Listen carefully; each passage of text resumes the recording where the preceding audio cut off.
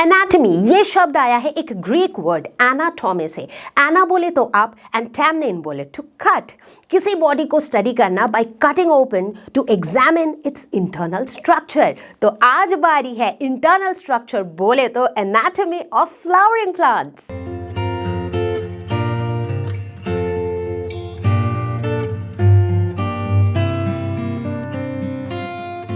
Hello everyone, मुझे उम्मीद है कि आप सभी अच्छे हैं और आज मैं लेकर आई हूं class 11th biology anatomy of flowering plants का वन शॉट वीडियो। हमेशा की तरह खत्म करेंगे इस पूरे लेसन को सिर्फ एक वीडियो में और हमेशा की तरह इस पूरे वीडियो को देखने के बाद आपके कॉन्सेप्ट्स होंगे क्रिस्टल क्लियर। तो मैं हूं Roshni from Learno Hub, the free learning platform जहां पर आप पढ़ सकते हो फिजिक्स, केमिस्ट्री, मैथ्स, बायोलॉजी सब कुछ absolutely for free only at learnerhub.com। So तैयार हैं सभी लोग? Let's get started.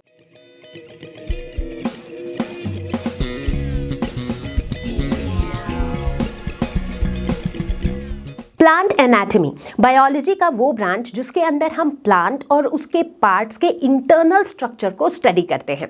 तो बच्चों, पिछले वीडियो में हमने प्लांट्स के एक्सटर्नल स्ट्रक्चर को तो स्टडी कर लिया था मॉर्फोलॉजी में, है ना? ठीक है, तो अब बारी ये है कि यार एक प्लांट के रूट के अंदर क्या होता है, एक प्लांट के स्टेम के अंदर कौन कौन से पार्ट होते हैं और वो किस तरीके से ऑर्गेनाइज्ड होते हैं, एक प्लांट के लीफ के अंदर का स्ट्रक्चर कैसा होता है, राइट? और इंटरनल स्ट्रक्चर को स्टडी करने के लिए बच्चों ये बहुत ज़्यादा इंपॉर्टेंट है कि हम ये जानें कि ये जो पार्ट्स हैं, चाहे रूट है, स्टेम है या लीफ है, इनका कॉम्पोजिशन क्या है ना? और जहां हम कॉम्पोजिशन की बात करते हैं तो हम सभी को ये बात तो पता ही है कि किसी भी लिविंग ऑर्गेनिज्म का जो बेसिक कंपोनेंट है, जो बेसिक बिल्डिंग ब्लॉक है, वो क्या है? सेल। यस। अब चाहे कोई सा भी लिविंग ऑर्गेनिज्म हो, चाहे वो ह्यूमंस हो, एनिमल्स हो, बर्ड्स हो या फिर प्लांट से क्यों ना हो, सभी के बेसिक बिल्डिंग ब्लॉक्स होते हैं सेल्स। और बहुत सारे सेल्स जिनका एक कॉमन ओरिजिन हो, जो एक कॉमन फंक्शन परफॉर्म करना चाहते हैं, ऐसे सेल्स इकट्ठा होकर एक ग्रुप बना के बनाते हैं टिश्यूज। और ऐसे टिश्यूज फिर से ग्रुप बना के बनाते हैं डिफरेंट ऑर्गन्स, ऑर्गन्स इकट्ठा होकर बनाते हैं ऑर्गन सिस्टम, और ऐसे कई सारे ऑर्गन सिस्टम्स मिल करके बनाते हैं एक ऑर्गेनिज्म को, राइट? एग्जाम्पल के तौर पर हम ह्यूमंस की बात करते हैं क्योंकि वो हमें ज़्यादा इजीली समझ में आती हैं, ज़्यादा रिलेटेबल लगती हैं, है ना? अब हमारी बॉडी के अंदर बहुत सारे सेल्स हैं, है ना? अब इनमें से कई सेल्स जिन्होंने लगा कि यार हम सबको एक ही जैसा फंक्शन परफॉर्म करना है, उन सेल्स ने साथ में मिल करके एक पर्टिकुलर टाइप का टिश्यू बनाया। जैसे हमारे बॉडी के अंदर बहुत टाइप के टिश्यूज़ भी प्रेजेंट होते हैं, राइट? जैसे मसल टिश्यू अलग टाइप के होते हैं, लंग के टिश्यूज़ अलग टाइप के होते हैं, राइट? तो लेट्स से कि ये लंग के टिश्यूज़ बनाए इन्होंने। अब इन टिश्यूज़ ने मिल करके क्या बनाया? एक ऑर्गन बनाया जैसे कि लंग्स, राइट? अच्छा, अब लंग्स जैसे कई और ऑर्गन्स ने मिल करके एक ऑर्गन सिस्टम बनाया जैसे कि रेस्पिरेटरी सिस्टम। अब रेस्पिरेटरी सिस्टम में लंग्स एक अकेला ऑर्गन तो है नहीं, इसके अलावा भी और भी कई पार्ट्स हैं, राइट? हमारे नॉस्ट्रिल्स हैं, फिर विंड पाइप है, फिर लंग्स हैं, तो इस तरीके से कई सारे पार्ट्स हैं, ठीक है? अब ऐसे कई सारे ऑर्गन सिस्टम्स, जैसे रेस्पिरेटरी सिस्टम है, इसी तरीके से digestive system, excretory system, circulatory system, ऐसे कई सारे ऑर्गन सिस्टम्स मिल करके एक ऑर्गेनिज्म यानी कि हमें बनाते हैं, है ना? तो ये इसे हम क्या कहते हैं? इसे हम लेवल्स ऑफ ऑर्गेनाइजेशन कहते हैं, जो हम बचपन से ही पढ़ते आ रहे हैं। बट फिलहाल हमारा फोकस ह्यूमंस पे नहीं है, हमारा फोकस प्लांट्स पे है। और आज हम लोग बच्चों बात करने वाले हैं अबाउट प्लांट टिश्यू सिस्टम। तो चलो अब आगे बढ़ेंगे और बात करेंगे प्लांट टिश्यू सिस्टम के बारे में। तो जितने भी प्लांट टिश्यूज होते हैं, इनको हम 3 डिफरेंट ग्रुप्स में कैटेगराइज करते हैं। तो ये जो 3 ग्रुप्स में हम कैटेगराइज कर रहे हैं, ये किस बेसिस पे कर रहे हैं? इनके फंक्शन, इनके स्ट्रक्चर के बेसिस पे और इनके लोकेशन के बेसिस पे, राइट? लोकेशन मतलब ये वाले टिश्यूज एग्जैक्टली प्लांट के किस लोकेशन में पाए जाते हैं, ठीक है? तो कौन से हैं ये 3 ग्रुप्स? पहला है एपिडर्मल टिश्यू सिस्टम, दूसरा ग्राउंड टिश्यू सिस्टम और तीसरा वास्कुलर टिश्यू सिस्टम, ठीक है? तो एपिडर्मल टिश्यू सिस्टम, देखो नाम ही आया है एपिडर्मिस से। एपिडर्मिस मतलब जो आउटर सरफेस में प्रेजेंट होता है ना? तो मतलब जितने भी टिश्यूज आउटर सरफेस में प्रेजेंट होते हैं, चाहे लीफ के आउटर सरफेस में, स्टेम के आउटर सरफेस में, रूट के आउटर सरफेस में, वो फॉल करेंगे एपिडर्मल टिश्यू सिस्टम के अंदर। वास्कुलर टिश्यू सिस्टम के अंदर आएंगे सारे कंडक्टिंग टिश्यूज, राइट, जो वाटर और मिनरल्स को कंडक्ट करते हैं पूरे प्लांट्स में। कौन से टिश्यूज हैं ये? Xylem, phloem, exactly. अब इसके अलावा बाकी जितने भी टिश्यूज है ना, ये सारे आएंगे अंडर ग्राउंड टिश्यू सिस्टम। तो चलो सबसे पहले बात करते हैं एपिडर्मल टिश्यू सिस्टम के बारे में। तो एपिडर्मल टिश्यू सिस्टम जो है ये प्लांट बॉडी की आउटर मोस्ट कवरिंग है, बिल्कुल आउटर मोस्ट कवरिंग। चूंकि आउटर मोस्ट कवरिंग है तो इसका मेन फंक्शन क्या है? Protection, exactly. जैसे हमारे घर के बाहर की जो आउटर मोस्ट बाउंड्री होती है या जो बाहर का जो वॉल होता है उसका काम क्या होता है? प्रोटेक्शन। ठीक उसी तरीके से एपिडर्मल टिश्यू सिस्टम का भी मेन काम होता है टू एंश्योर प्रोटेक्शन। ठीक है, अब इसके अंदर हम 3 मेजर कंपोनेंट्स के बारे में बात करेंगे। पहला एपिडर्मिस, दूसरा स्टोमेटा और तीसरा एपिडर्मल एपेंडेजेस। एपिडर्मल एपेंडेजेस के अंदर हम बात करेंगे रूट हेयर्स और ट्राइकोम्स के बारे में। ठीक है, ये क्या होते हैं, कहाँ होते हैं, क्या काम करते हैं, सारी बातें एक एक करके करेंगे।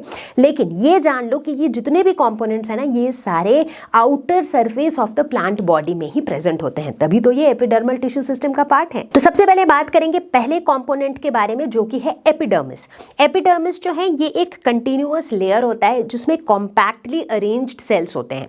मतलब एक सेल के साथ दूसरे सेल के बीच में जो है ना बहुत ज़्यादा गैप नहीं होता है, वो काफ़ी कॉम्पैक्टली अरेंज्ड होते हैं। ठीक है, ये कौन से सेल्स होते हैं? ये पैरेनकाइमेटस सेल्स होते हैं, पैरेनकाइमा सेल्स होते हैं। ठीक है, अच्छा, इनका मेन काम क्या होता है? To prevent water loss. Water loss को ये प्रिवेंट करते हैं, रोकते हैं, और क्या करते हैं? फूड स्टोरेज करते हैं। अब जाहिर सी बात है कि भाई ये पैरेनकाइमा सेल्स से बने हुए हैं, तो पैरेनकाइमा सेल्स का काम क्या होता है? Food storage, right. कैसे करते हैं ये फूड स्टोरेज? इन सेल्स में जो है लार्ज वैक्यूल्स होते हैं और लेस साइटोप्लाज्म होते हैं। लार्ज वैक्यूल्स मतलब ज्यादा फूड स्टोरेज। तो भाई फूड स्टोरेज कैसे होता है वो तो समझ में आ गया। अब वाटर लॉस प्रिवेंट कैसे होता है? उसके लिए इसमें हमें एक वैक्सी थिक आउटर लेयर देखने को मिलता है जिसे हम कहते हैं क्यूटिकल। ठीक है, अब ये जो है वाटर लॉस को प्रिवेंट करता है। अब आप सोचोगे कि कैसे? वैक्सी लेयर है, वैक्स जो है ये हाइड्रोफोबिक होता है, यानी कि पानी से इसको फोबिया है, इसको पानी पसंद नहीं है, तो पानी को ये अपने थ्रू जाने नहीं देता है और इस तरीके से ये वाटर लॉस को प्रिवेंट करता है। ठीक है, अब यहाँ पर मेरे प्यारे बच्चों एक ध्यान देने वाली बात ये है कि रूट्स में जो है क्यूटिकल नहीं होते हैं। बड़े ध्यान से सुनना, रूट्स के आउटर लेयर में क्यूटिकल नहीं होते हैं। क्यों? क्योंकि रूट्स का काम क्या होता है? वाटर को एब्जॉर्ब करना फ्रॉम द सॉइल। अब वहां पर अगर क्यूटिकल प्रेजेंट रहेगा फिर तो गजब ही हो जाएगा, क्योंकि फिर वाटर एब्जॉर्ब करना नहीं हो पाएगा, फिर सारा प्लांट का जो सिस्टम है वो गड़बड़ हो जाएगा, है ना। इसीलिए ऑलवेज रिमेंबर कि रूट्स लैक क्यूटिकल, रूट्स में क्यूटिकल नहीं होते हैं। लेकिन स्टेम या लीव्स में हम देखेंगे क्यूटिकल प्रेजेंट होते हैं, जिनका काम ही ये होता है कि वो वाटर लॉस को प्रिवेंट करते हैं ताकि प्लांट्स जो है वो डिहाइड्रेट ना हो जाए। ठीक है, तो बात समझ में आ गई एपिडर्मिस के बारे में। एपिडर्मिस का 2 इंपॉर्टेंट फंक्शन है। पहला फंक्शन है टू प्रिवेंट वाटर लॉस, वो कैसे करते हैं? क्यूटिकल के हेल्प से। दूसरा फंक्शन है स्टोरेज ऑफ फूड, जो वो कैसे करते हैं? पैरेनकाइमा सेल्स से। ठीक है, and that's pretty much about epidermis. तो चलो बच्चों अब देखते हैं दूसरे कंपोनेंट को, विच इज स्टोमेटा। स्टोमेटा क्या होते हैं? ये छोटे छोटे बहुत ही टाइनी पोर्स होते हैं on the surface of leaves. ठीक है, अब ये जो छोटे छोटे पोर्स होते हैं इनका काम क्या होता है?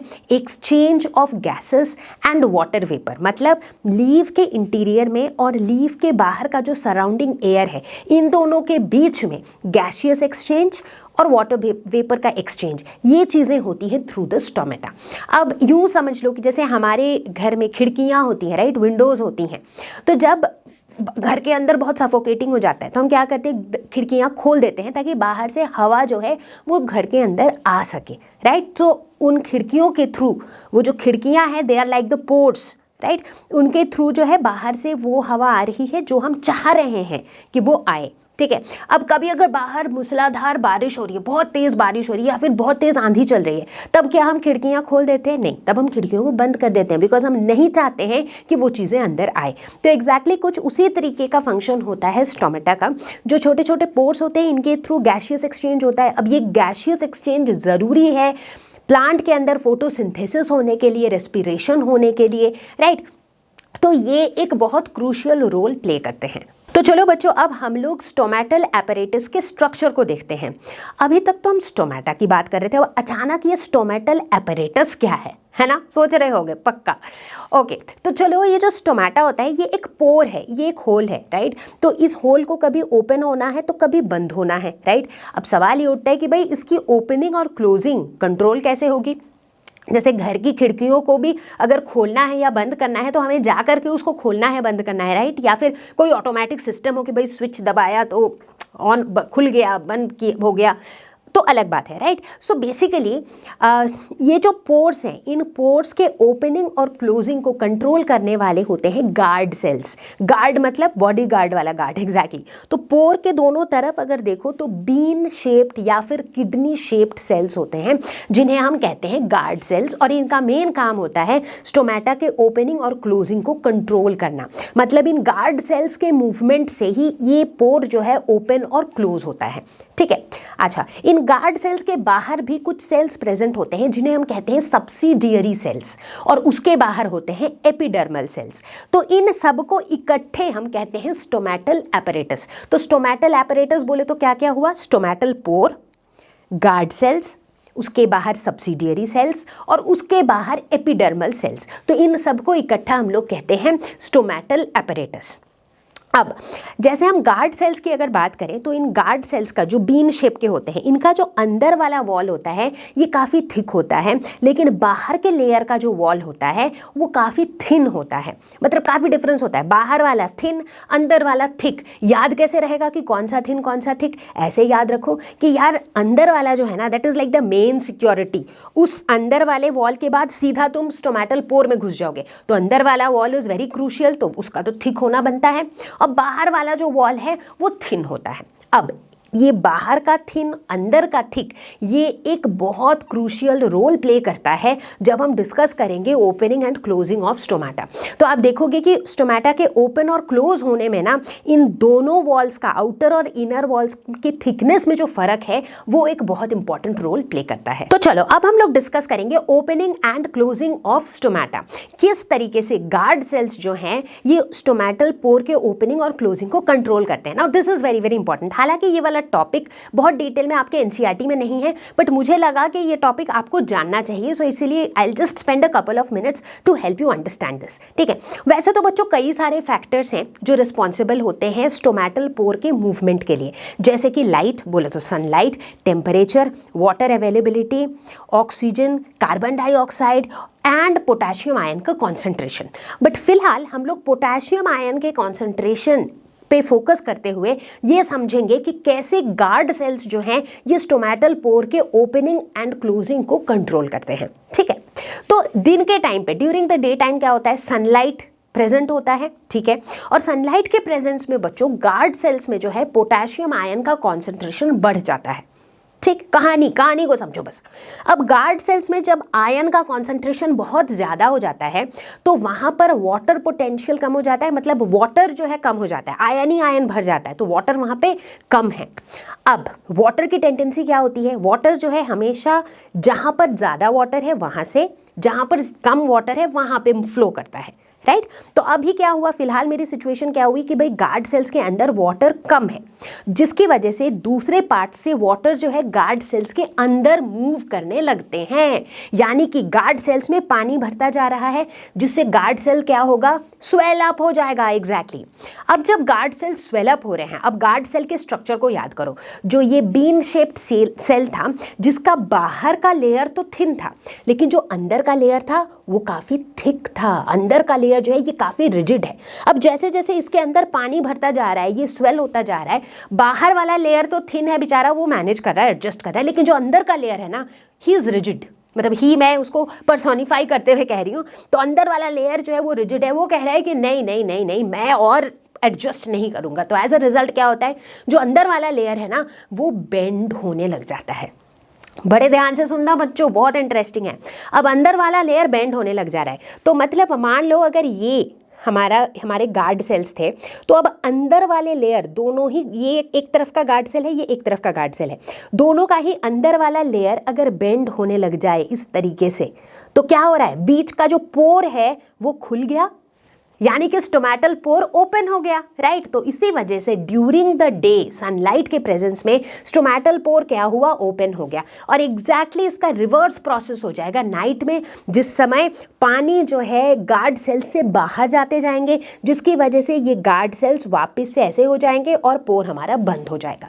तो अब सबको समझ में आ गया कि किस तरीके से गार्ड सेल्स जो है ये स्टोमेटल पोर के ओपनिंग और क्लोजिंग को कंट्रोल करता है। तो चलो भाई अब एपिडर्मल टिश्यू सिस्टम के तीसरे कंपोनेंट की तरफ बढ़ते हैं, जो कि है एपिडर्मल एपेंडेजेस। एपिडर्मल एपेंडेजेस क्या होते हैं, मतलब जो हमारे एपिडर्मल सेल्स हैं उनसे जो आउटग्रोथ्स निकलते हैं उनको हम एपिडर्मल एपेंडेजेस या फिर एपिडर्मल हेयर्स कहते हैं। तो यहाँ पर हम दो ऐसे एपिडर्मल एपेंडेजेस की बात करेंगे, पहला है रूट हेयर्स और दूसरा है ट्राइकोम्स। जो रूट हेयर्स होते हैं, नाम से पता चल रहा है ये रूट्स में देखने को मिलते हैं, राइट। तो ये एक बिल्कुल थिन हेयर लाइक स्ट्रक्चर होते हैं और ये यूनिसेल्यूलर होते हैं। ये बहुत रेयरली ब्रांच्ड होते हैं, सो मोस्टली ये अनब्रांच्ड होते हैं। ये रूट सिस्टम में देखने को मिलते हैं, एकदम आउटर मोस्ट लेयर से छोटे छोटे हेयर लाइक यूनिसेल्यूलर स्ट्रक्चर्स होते हैं। इनका मेन काम क्या होता है, बताओ मेन काम क्या होता है रूट हेयर्स का? To absorb water and minerals from the soil. Exactly, तो पानी में से जो है ना वाटर और मिनरल्स को यही एब्जॉर्ब करने का काम करते हैं, ठीक है। तो ये होते हैं रूट हेयर्स। अब बात करते हैं ट्राइकोम्स की। जो ट्राइकोम्स होते हैं ये मल्टी सेल्यूलर होते हैं। देखो ये डिफरेंस है दोनों में, रूट हेयर्स यूनिसेल्यूलर होते हैं, ट्राइकोम्स जो है ये मल्टी सेल्यूलर होते हैं। और ट्राइकोम्स जो है ये मल्टी सेल्यूलर एपिडर्मल आउटग्रोथ्स होते हैं जो शूट सिस्टम में पाए जाते हैं। ये रूट्स में नहीं पाए जाते हैं, ये शूट सिस्टम में पाए जाते हैं। अब चूंकि ये शूट सिस्टम में पाए जाते हैं तो इनका फंक्शन भी बड़ा अलग होता है। इनका फंक्शन क्या होता है? To prevent water loss. Exactly, root hairs का काम होता है कि भाई पानी को खींचना है सॉइल में से, और ट्राइकोम्स का काम ये होता है कि भाई जो पानी लीफ तक या शूट तक या स्टेम तक आ पहुंचा है उसको लूज हो जाने से प्रिवेंट करना, वाटर लॉस को प्रिवेंट करना। कैसे प्रिवेंट करते हैं ये वाटर लॉस? तो ट्राइकोम्स में हम देखते हैं छोटे छोटे कंटेनर लाइक स्ट्रक्चर्स होते हैं। कंटेनर तो नहीं बट ऐसे छोटे छोटे कप लाइक स्ट्रक्चर्स होते हैं जो पानी को होल्ड करते हैं। और इस तरीके से राउंड स्ट्रक्चर्स होते हैं जिसमें पानी होल्ड किया हुआ होता है, जिससे वो पानी के लॉस को प्रिवेंट करते हैं, ठीक है। ट्राइकोम्स के स्ट्रक्चर की अगर हम बात करें तो ये ब्रांच्ड भी होते हैं, ये अनब्रांच्ड भी होते हैं, ये सॉफ्ट भी हो सकते हैं, ये स्टिफ भी हो सकते हैं, ये सिक्रीटरी भी हो सकते हैं, ठीक है।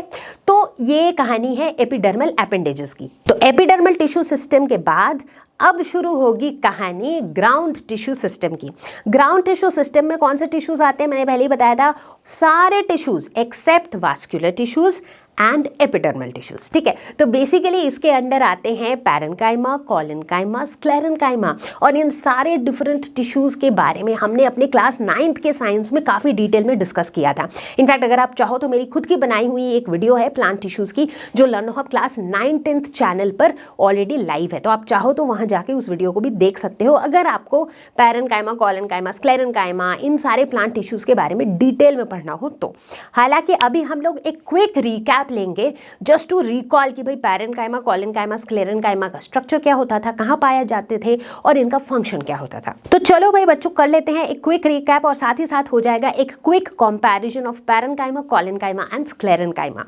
तो अगर हम सेल्स की बात करें तो पैरेन्काइमा के सेल्स लिविंग होते हैं, कोलेनकाइमा के सेल्स भी लिविंग होते हैं, लेकिन स्क्लेरेन्काइमा के जो सेल्स हैं ये डेड सेल्स होते हैं ऑन मैच्योरिटी, ठीक है। अगर बात करें इंटरसेल्यूलर स्पेसेस के बारे में तो पैरेन्काइमा में इंटरसेल्यूलर स्पेसेस कम होता है, लेकिन होता है। कोलेनकाइमा में इंटरसेल्यूलर स्पेसेस और कम होता है, और स्क्लेरेन्काइमा में तो होता ही नहीं है। यानी कि स्क्लेरेन्काइमा में जो सेल्स हैं वो बिल्कुल एक दूसरे के साथ चिपक के लगे होते हैं, उनके बीच में ज़रा सी भी जगह नहीं होती है। अगर बात करें इनके सेल वॉल्स की तो पैरेन्काइमा का सेल वॉल होता है थिन, कोलेनकाइमा का जो सेल वॉल है ये कॉर्नर्स पे थिकेंड होते हैं, और स्क्लेरेन्काइमा के जो सेल वॉल्स हैं ये पूरी तरह से थिकेंड होते हैं विथ लिग्निन। मतलब बिल्कुल ही थिक सेल वॉल्स, एकदम रिजिड अरेंजमेंट जिसके बीच में कोई स्पेसिंग ना हो, दैट इज स्क्लेरेन्काइमा, ठीक है। ये पाए कहाँ पे जाते हैं? तो अगर बात करें पैरेन्काइमा की तो ये जनरली प्राइमरी रूट्स और स्टेम्स में पाए जाते हैं, जैसे कि पिथ, पेरिसाइकल, मेड्यूलरी रेज जैसे एरियाज में पाए जाते हैं। अब ये कौन से एरियाज होते हैं इनके बारे में आपको जानकारी हो जाएगी जैसे ही हम एनाटॉमी डिस्कस करना शुरू करेंगे, ठीक है। कोलेनकाइमा की अगर हम बात करें तो ये लीव्स के वेन्स में पाए जाते हैं, स्टेम के कॉर्टेक्स में पाए जाते हैं, लीफ स्टॉक में पाए जाते हैं। तो ये वैसी जगहों में पाए जाते हैं जहां पर वो पार्ट रिजिड भी है बट थोड़ा फ्लेक्सिबल भी है, ठीक है। एंड देन स्क्लेरेनकाइमा की अगर बात करें तो ये वैसे जगहों में पाए जाएंगे जहां पर प्लांट को एक्स्ट्रा सपोर्ट या स्टिफनेस की ज़रूरत है, जैसे रूट के कॉर्टेक्स में, स्टेम के कॉर्टेक्स में, लीफ के वेन्स में, जैसे कि सीड्स और नट्स के कवरिंग्स में, ऐसी जगहों पे स्क्लेरेनकाइमा पाया जाता है। एंड फाइनली कंक्लूड करेंगे विद देयर फंक्शन। पैरेन्काइमा, जिसे पॉपुलरली पैकिंग टिश्यू कहा जाता है, पी से पैरेन्काइमा, पी से पैकिंग टिश्यू, ठीक है। इनका काम क्या होता है? फूड स्टोरेज और फोटोसिंथेसिस परफॉर्म करने में भी ये मदद करते हैं। कॉलेनकाइमा की अगर बात करें तो ये जो है फ्लेक्सिबिलिटी प्रोवाइड करते हैं, मतलब ये बहुत रिजिड नहीं होते हैं but at the same time थोड़ा स्ट्रेंथ प्रोवाइड करते हैं बट थोड़ी फ्लेक्सिबिलिटी भी प्रोवाइड करते हैं। स्क्लेरेनकाइमा की अगर बात करें तो ये प्रोवाइड करते हैं एकदम रिजिड मैकेनिकल सपोर्ट, प्रोवाइड करना ही इनका काम होता है।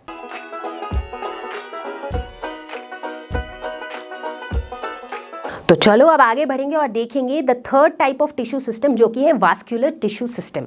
तो वास्कुलर टिश्यूज की जैसे ही हम बात करते हैं तो ये कौन से टिश्यूज है? कंडक्टिंग टिश्यूज, जिनका काम ही होता है पूरे प्लांट पार्ट्स में वाटर और मिनरल्स को कंडक्ट करना। तो इसके अंदर आते हैं जाइलम एंड फ्लोएम। जाइलम और फ्लोएम ये दोनों साथ में कॉन्स्टिट्यूट करते हैं वास्कुलर बंडल्स को। एंड वेरी इंटरेस्टिंगली बच्चों, हम ये देखते हैं कि जैसे जैसे हम डाइकॉट्स और मोनोकॉट्स के अलग अलग पार्ट्स को देखते हैं, मान लो dicot root, dicot stem, dicot leaf, similarly जब हम मोनोकॉट स्टेम, मोनोकॉट रूट देखते हैं तो हम देखते हैं कि जाइलम एंड फ्लोएम का जो अरेंजमेंट है ना, वो डाइकॉट्स में और मोनोकॉट्स में काफ़ी ज़्यादा अलग है। तो फिलहाल हम लोग कुछ टर्मिनोलॉजीज जान लेंगे कि भाई जाइलम और फ्लोएम के कैसे कैसे अरेंजमेंट्स पॉसिबल हैं। वो जान लेने के बाद हम लोग शुरुआत करेंगे आवर डिस्कशन ऑन एनाटॉमी। पहले बात करेंगे हम open versus closed vascular bundles के बारे में। ओपन वास्कुलर बंडल्स क्या होते हैं? वास्कुलर बंडल्स में जाइलम और फ्लोएम होता है, ये तो हमने देख लिया है।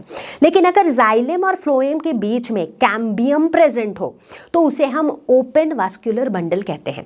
कैम्बियम क्या है? कैम्बियम में होते हैं layer of meristematic cells. Meristematic cells मतलब जो सेल्स डिवाइड करते हैं, एग्जैक्टली सेल्स डिवाइड करते हैं मतलब नए सेल्स बनाते हैं डिवाइड करके। तो इसका मतलब जहां पर भी कैम्बियम प्रेजेंट होता है वहां पर और नए जाइलम यानी कि सेकेंडरी जाइलम, सेकेंडरी फ्लोएम बनते हैं, यानी कि यहां पर सेकेंडरी ग्रोथ देखने को मिलता है, ठीक है। तो मतलब ऐसे याद रखना है कि अगर जाइलम और फ्लोएम के बीच में कैम्बियम रहा, कैम्बियम मतलब मेरिस्टेमेटिक टिश्यूज अगर प्रेजेंट रहे तो वहां पर सेकेंडरी ग्रोथ होगा। सेकेंडरी ग्रोथ बोले तो सेकेंडरी जाइलम, सेकेंडरी फ्लोएम बनेंगे, ठीक है। अच्छा, ये जो सेकेंडरी जाइलम पहले बनते हैं उसे हम प्रोटोजाइलम कहते हैं, जो सेकेंडरी जाइलम बाद में बनते हैं उसे हम मेटाजाइलम कहते हैं। ठीक उसी तरीके से जो सेकेंडरी फ्लोएम पहले बनते हैं वो हो जाएगा प्रोटोफ्लोएम और जो सेकेंडरी फ्लोएम बाद में बनते हैं वो हो जाएगा मेटाफ्लोएम, ठीक है। ये टर्म्स बस बता दे रही हूँ क्योंकि आगे जब हम एनाटॉमी डिस्कस करेंगे तो इन टर्म्स को हम यूज करते हैं कई जगहों पर, ठीक है। तो इस तरह का जो ओपन वास्कुलर बंडल्स है ये हमें देखने को मिलता है डाइकॉट स्टेम में, यानी कि डाइकॉट स्टेम के एनाटॉमी को जब हम पढ़ेंगे उसके इंटरनल स्ट्रक्चर में हम देखेंगे कि जाइलम और फ्लोएम के बीच में कैम्बियम होता है जहां से सेकेंडरी ग्रोथ होती है। क्लियर हो गया? अब बात करेंगे क्लोज्ड वास्कुलर बंडल के बारे में। इसमें मुझे लगता नहीं है ज़्यादा कुछ समझाने की ज़रूरत है। क्लोज्ड है यानी कि भाई कुछ भी नया अब नहीं बनेगा, कोई भी सेकेंडरी ग्रोथ अब नहीं होगी। इसका मतलब कोई भी कैम्बियम यहाँ पे प्रेजेंट नहीं है। एग्जैक्टली देखो नाम से ही सब पता चल गया। क्लोज्ड है मतलब जाइलम और फ्लोएम के बीच में कैम्बियम नहीं है, there is no secondary growth. और इस तरह का क्लोज्ड वास्कुलर बंडल हमें देखने को मिलता है इन मोनोकॉट स्टेम्स। अब बात करेंगे हम लोग radial and conjoint vascular bundles के बारे में। रेडियल ये शब्द ही आया है रेडियस से। तो ये एक ऐसा अरेंजमेंट है जहां पर जाइलम और फ्लोएम डिफरेंट रेडियाई पे अरेंज्ड होते हैं। मतलब जाइलम का अरेंजमेंट देखो एक रेडियस पे है, फ्लोएम का अरेंजमेंट देखो एक डिफरेंट रेडियस पे है, ठीक है। तो इस तरह के अरेंजमेंट्स को हम रेडियल वास्कुलर बंडल्स कहते हैं और ये पाए जाते हैं रूट्स में। ऐसे याद रखो आर से रेडियल, आर से रूट्स, ठीक है। तो रूट्स में किस तरह का वास्कुलर बंडल्स का अरेंजमेंट होता है? Radial arrangement. दूसरी तरफ कॉन्जॉइंट वास्कुलर बंडल्स क्या होते हैं? जहां पर जाइलम और फ्लोएम जॉइंट होते हैं, मतलब दोनों सेम रेडियस पे लोकेटेड होते हैं। देखो जाइलम फ्लोएम है और ये दोनों सेम रेडियस पे ही लोकेटेड है। इस तरह का अरेंजमेंट हमें देखने को मिलता है स्टेम्स और लीव्स में। तो प्यारे बच्चों, अब बेसिक्स हमने सारे कवर कर लिए हैं और अब हम लोग पूरी तरह से तैयार हैं इंटरनल स्ट्रक्चर को पढ़ने के लिए। किसके इंटरनल स्ट्रक्चर को? पहले रूट को, फिर स्टेम और फिर लीफ के इंटरनल स्ट्रक्चर को हम पढ़ेंगे, यानी कि इनके एनाटॉमी को पढ़ेंगे। अच्छा, पढ़ने के लिए हम करते क्या है, इसको कैसे स्टडी करते हैं? तो मान लो अगर हम रूट की एनाटॉमी देखते हैं तो हम रूट का एक क्रॉस सेक्शन लेते हैं और फिर उस क्रॉस सेक्शन को जूम करके उसको डिटेल में देखते हैं कि भाई कौन कौन से लेयर्स हैं, कैसे अरेंज्ड है, किसके पीछे क्या है, किसके आगे क्या है, क्यों है वो अरेंजमेंट और उनका क्या फंक्शन है। ठीक है, तो ये हमारा अप्रोच रहेगा। तो सबसे पहले पढ़ाई करेंगे रूट की, फिर स्टेम की और फिर लीफ की।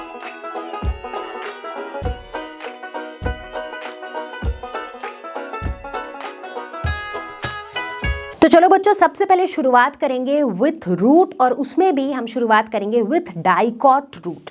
ठीक है, तो अब डाइकॉट रूट के इंटरनल स्ट्रक्चर को स्टडी करने के लिए यहाँ पर हम देखने वाले हैं सनफ्लावर प्लांट के रूट का ट्रांसवर्स सेक्शन। मतलब रूट को कट किया, उसका जो ये क्रॉस सेक्शन है उसको हमने जूम किया और उस क्रॉस सेक्शन को भी जब जूम किया तो हमें ये देखने को मिला। राइट, तो ये वही पोर्शन है जो आपको अपनी एनसीईआरटी टेक्स्ट बुक में भी दिख रहा होगा। और अब हम इसको लेयर बाय लेयर डिस्कस करेंगे। शुरुआत करेंगे हम बाहर के लेयर की तरफ से। तो सबसे आउटर मोस्ट लेयर क्या होता है? एपिडर्मिस, जिसे हम एपिब्लेमा भी कहते हैं। आउटर मोस्ट लेयर है, जाहिर सी बात है कि इसका मेन काम क्या है? प्रोटेक्शन। हम देखते हैं कुछ कुछ एपिडर्मल सेल्स जो हैं वो यूनिसेल्यूलर रूट हेयर्स के तौर पे बाहर की तरफ निकले हुए भी दिखते हैं।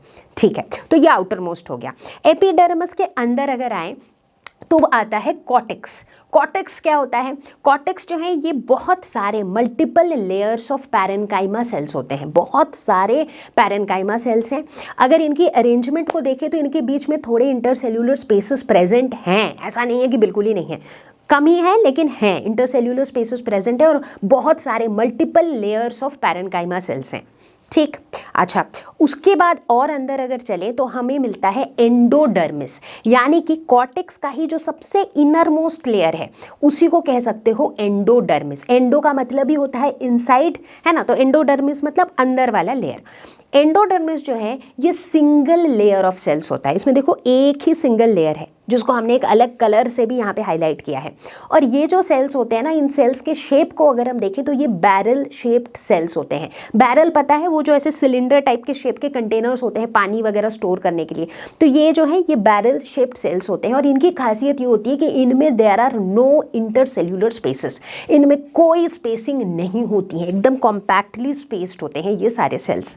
ठीक है, अच्छा, एंडोडर्मिस की एक खास बात और होती है कि इस एंडोडर्मिस के सेल्स के ऊपर हमें एक वैक्सी डिपोजिशन देखने को मिलती है, या मतलब एक वैक्सी लेयर प्रेजेंट होती है जिसे हम कहते हैं कैस्पेरियन स्ट्रिप। ठीक है, वैक्सी लेयर, वैक्स कहीं भी प्रेजेंट है मतलब वैक्स क्या है? हाइड्रोफोबिक है, मतलब वो पानी को जो है जाने नहीं देगा। राइट, तो इसीलिए देखो, अब सोच के देखो लॉजिकली, ये जो एंडोडर्मिस का भी जो लेयर है उसमें भी सेल्स एकदम कॉम्पैक्टली अरेंज्ड है। राइट, ताकि बीच में से पानी ना जा सके, उस वजह से वहां पर ये वैक्सी कैस्पेरियन स्ट्रिप भी प्रेजेंट है। राइट, तो मतलब एकदम एकदम फुल ऑन अरेंजमेंट है, फुल ऑन प्रोटेक्शन है ना। तो ये हमारा कैस्पेरियन स्ट्रिप हो गया। अब इसके अंदर अगर हम जाएं तो एंडोडर्मिस के अंदर हम देखेंगे फिर से बहुत सारे हमें पैरेन्काइमा सेल्स देखने को मिलेंगे। ठीक है, और ये जो पैरेन्काइमा सेल्स हैं यहीं से शुरू होती है सेकेंडरी ग्रोथ। मैंने बताया था सेकेंडरी ग्रोथ में क्या होता है, जहां पर और सेकेंडरी जाइलम, सेकेंडरी फ्लोएम वगैरह बनते हैं। राइट, तो इन्हीं सेल्स से जो है सेकेंडरी ग्रोथ की शुरुआत होती है और ये जो पैरेन्काइमा सेल्स हैं इनको हम कहते हैं पेरीसाइकिल। ठीक है, तो अभी तक बात क्लियर हुई। इनफैक्ट एक चीज और नोटिस करो, देखो ये पैरेन्काइमा सेल्स काफी प्रेजेंट है। राइट, मतलब यूं समझ लो कि जहां पर भी कुछ नहीं है वहां पे पैरेन्काइमा सेल्स है। So they are like the packing tissue, इसीलिए तो उन्हें हम पैकिंग टिश्यू भी कहते हैं। ठीक है, तो चलो एक क्विक रिकैप, अभी तक हमने कौन कौन से लेयर किए। सबसे बाहर एपिडर्मल या फिर एपिब्लेमा। एपिब्लेमा के कुछ कुछ जो है वो रूट हेयर्स की तरह भी प्रोट्रूड करते हैं। उसके अंदर आए तो कॉर्टेक्स, जिसमें बहुत सारे पैरेन्काइमा सेल्स का लेयर्स हैं। फिर आया एंडोडर्मिस, जहां पे सिंगल सिंगल लेयर है सेल्स के और जिनमें इंटरसेल्यूलर स्पेसेस नहीं है। एंडोडर्मिस के ऊपर किसकी लेयरिंग है? वैक्सी कैस्पेरियन स्ट्रिप। उसके अंदर आए तो फिर से पैरेन्काइमा सेल्स है जहाँ से सेकेंडरी ग्रोथ की शुरुआत होती है और ये जो है इन्हें हम क्या कहते हैं? पेरीसाइकिल। पेरीसाइकिल के बाद अगर हम और अंदर चलें तो हमें देखने को मिलते हैं वास्कुलर बंडल्स। एग्जैक्टली तो वास्कुलर बंडल्स के अंदर हमें जाइलम और फ्लोएम के पैचेस देखने को मिलते हैं। नाउ अभी बात हम कर रहे हैं डाइकॉट रूट की, तो हम देखते हैं डाइकॉट रूट में जो है काफी कम पैचेस देखने को मिलते हैं, very few patches, like 2 to 4 patches ही देखने को मिलते हैं इनके, ठीक है, जाइलम एंड फ्लोएम के। लेकिन इंटरेस्टिंगली जाइलम और फ्लोएम के बीच में हमें कैम्बियम रिंग देखने को मिलता है। कैम्बियम रिंग है मतलब क्या है? सेकेंडरी ग्रोथ होगी, क्योंकि यहाँ पर कैम्बियम का मतलब ही है कि उसमें मेरिस्टेमेटिक सेल्स हैं जो डिवाइड करेंगे, नए सेल्स बनाएंगे, राइट। तो यहाँ पर सेकेंडरी ग्रोथ होती है जहाँ से सेकेंडरी जाइलम बनती है। जो पहले बनती है दैट इज प्रोटोजाइलम, जो बाद में बनती है वो मेटाजाइलम। इसके बारे में मैंने पहले ही बता दिया था, है ना। तो भाई ये कुछ अरेंजमेंट है वास्कुलर बंडल्स की, ठीक है। अब वास्कुलर बंडल्स में भी जाइलम और फ्लोएम के बीच में भी हम देखते हैं कि कुछ पैरेन्काइमेटस सेल्स प्रेजेंट होते हैं जिन्हें हम कहते हैं कंजंक्टिव टिश्यू। कंजंक्शन पढ़ते थे इंग्लिश में, है ना, कंजंक्शन चीज़ों को जोड़ता है, राइट। उसी तरह से ये कंजंक्टिव टिश्यू भी जो है ये जाइलम और फ्लोएम के बीच में प्रेजेंट होते हैं, तो ऐसे समझ लो कि इनको जोड़ता है, इसीलिए इनका नाम रख दिया गया है कंजंक्टिव टिश्यू, ठीक है। थोड़ा और अंदर जाते हैं, तो अब और अंदर गए तो मतलब लगभग हम सेंटर पे पहुंच गए हैं। तो प्लांट एक्सिस के इस सेंटर को हम कहते हैं पिथ, ठीक है। पिथ जो है वो generally soft spongy parenchyma sales से बने होते हैं। इनका काम होता है न्यूट्रिएंट स्टोरेज और कभी कभार सपोर्ट प्रोवाइड करना।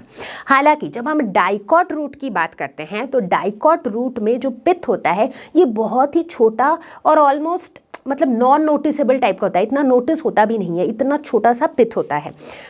तो इसके लिए एक वर्ड यूज होता है इनकॉन्स्पिशियस, जिसका मतलब है कि बहुत इजीली अलग से नोटिस नहीं होता है, ठीक है। सो दैट इज पिथ।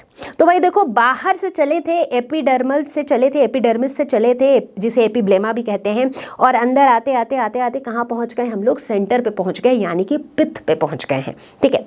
अब यहाँ पर एक टर्म और बता देती हूँ क्योंकि ये आपकी टेक्स्ट बुक में है, विच इज स्टिली। स्टिली क्या होता है? एंडोडर्मिस के अंदर जितने भी टिश्यूज हैं उनको कलेक्टिवली कहा जाता है स्टिली। तो अब आप मुझे बताओगे कि स्टिली में कौन कौन से टिश्यूज आएंगे? स्टिली में आएगा पेरीसाइकल, एग्जैक्टली।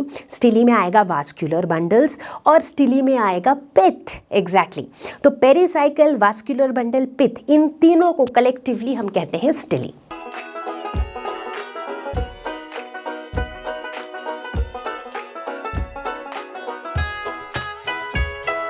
चलो बच्चों डाइकॉट रूट के बाद अब बात करते हैं मोनोकॉट रूट के एनाटॉमी के बारे में।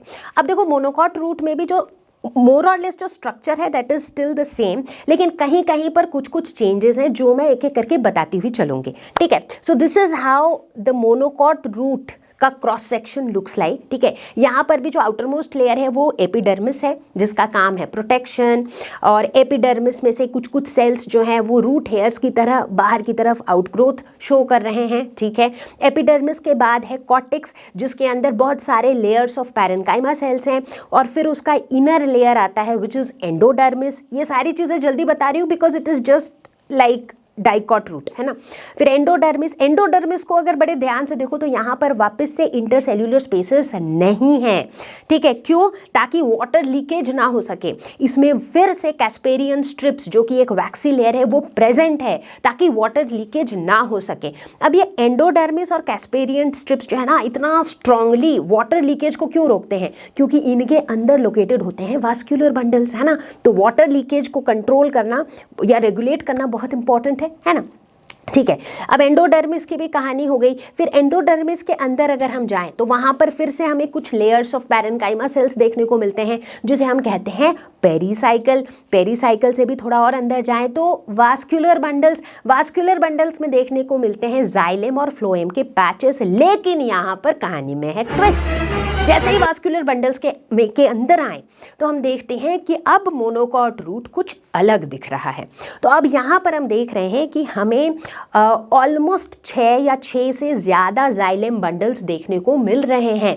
इस तरह के अरेंजमेंट को हम पॉली आर्च कहते हैं। पॉली मतलब मैनी, मतलब बहुत ज़्यादा नंबर ऑफ जाइलम बंडल्स अब हमें दिख रहे हैं। तो अगर इस पिक्चर को भी देखो, देखो रेड कलर में जो बंडल्स हमें दिख रहे हैं ना, they are the xylem bundles. ठीक है, अगर जाइलम और फ्लोएम की पोजीशनिंग की बात करें तो ये ऑल्टरनेटली प्लेस्ड है, यानी कि जाइलम एक रेडियस पे प्लेस्ड है, फ्लोएम एक दूसरे रेडियस पे प्लेस्ड है। और इस तरह के अरेंजमेंट को हम क्या कहते हैं? बताओ बताओ बताओ। Radial vascular bundles, exactly. तो यहाँ पर रेडियल वास्कुलर बंडल वाला अरेंजमेंट हमें देखने को मिलता है। ठीक है, दूसरी चीज जो यहाँ पे डिफरेंट है, यहाँ पर जाइलम और फ्लोएम के बीच में कैम्बियम नहीं है। There is no cambium. चूंकि कैम्बियम यहाँ पर नहीं है, इसी के वजह से जो मोनोकॉटिलेडनस रूट्स होते हैं, जो मोनोकॉट रूट्स होते हैं, वहां पर हमें सेकेंडरी ग्रोथ देखने को मिलता ही नहीं है। ठीक है, तो ये एक दूसरा बहुत बड़ा चेंज है। ठीक है, अच्छा, अब अगर हम थोड़ा और अंदर जाएं, यानी कि अब अगर हम पिथ को देखें तो यहाँ पर पिथ जो है कंपैरेटिवली काफ़ी लार्ज है, काफ़ी वेल डेवलप्ड है। जैसे हमने डाइकॉट रूट में देखा था कि पिथ जो है वो नोटिस ही नहीं हो रहा था, छोटा सा था, नॉन नोटिसेबल था, बट यहाँ पर पिथ जो है वो काफ़ी लार्ज एंड वेल डेवलप्ड है। तो बच्चों, अब जब हमने डाइकॉट रूट और मोनोकॉट रूट दोनों की एनाटॉमी पढ़ी ली है, तो चलो करते हैं एक quick comparison, monocot root versus dicot root. Monocot root में पिथ होता है large and well developed, dicot root में पिथ होता है small and inconspicuous. Monocot root की अगर बात करें तो यहाँ पर हमें ज़्यादा जाइलम बंडल्स देखने को मिलते हैं, जिसे हम पॉली आर्च कंडीशन कहते हैं। दूसरी तरफ डाइकॉट रूट में हमें बहुत ही कम, फ्यूअर जाइलम बंडल्स देखने को मिलते हैं। मोनोकॉट रूट में सेकेंडरी ग्रोथ होता ही नहीं है, क्योंकि यहाँ पर कैम्बियम प्रेजेंट ही नहीं होता है। दूसरी तरफ डाइकॉट रूट में कैम्बियम रिंग देखने को मिलता है, जिसकी वजह से वहाँ पे सेकेंडरी ग्रोथ भी होता है। मोनोकॉट रूट में अगर हम कंजंक्टिव टिश्यू की बात करें, कंजंक्टिव टिश्यू जो जाइलम और फ्लोएम के बीच में टिश्यू प्रेजेंट होते हैं, वो मोस्टली स्क्लेरेनकाइमेटस होते हैं। स्क्लेरेनकाइमेटस टिश्यू क्यों? क्योंकि वहां पर जो मेन फंक्शन होता है that is to provide rigidity and support. दूसरी तरफ अगर हम बात करें डाइकॉट रूट की, तो वहां पर ये जो सेल्स होते हैं, ये जो कंजंक्टिव टिश्यूज होते हैं, दे आर पैरेनकाइमेटस सेल्स।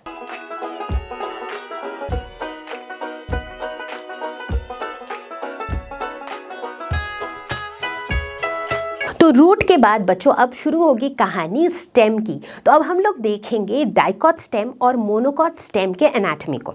तो डाइकॉट स्टेम के एनाटॉमी को स्टडी करने के लिए हम लोग एक यंग डाइकॉटिलेडनस स्टेम के ट्रांसवर्स सेक्शन को लेंगे और उसके क्रॉस सेक्शन को ऑब्जर्व करेंगे। तो उसका क्रॉस सेक्शन कुछ ऐसा दिखेगा, और इसी के एक छोटे से पार्ट को जब हम जूम कर देंगे तो हमें इसके अलग अलग लेयर्स डिस्टिंक्टली दिखने लगेंगे। तो चलो इन लेयर्स को स्टडी करते हैं। तो चलो अब डाइकॉट स्टेम के लेयर्स को देखते हैं। शुरुआत करेंगे बाहर से। तो सबसे आउटर मोस्ट लेयर होता है एपिडर्मिस, जिसका काम क्या होता है? प्रोटेक्शन। ठीक है, बट यहाँ पर एपिडर्मिस में एक thin layer of cuticle present होता है। क्यूटिकल एक वैक्सी लेयर होता है जिसका काम क्या होता है? To prevent water loss. So wake up wake up wake up, हम स्टेम पे आ चुके हैं।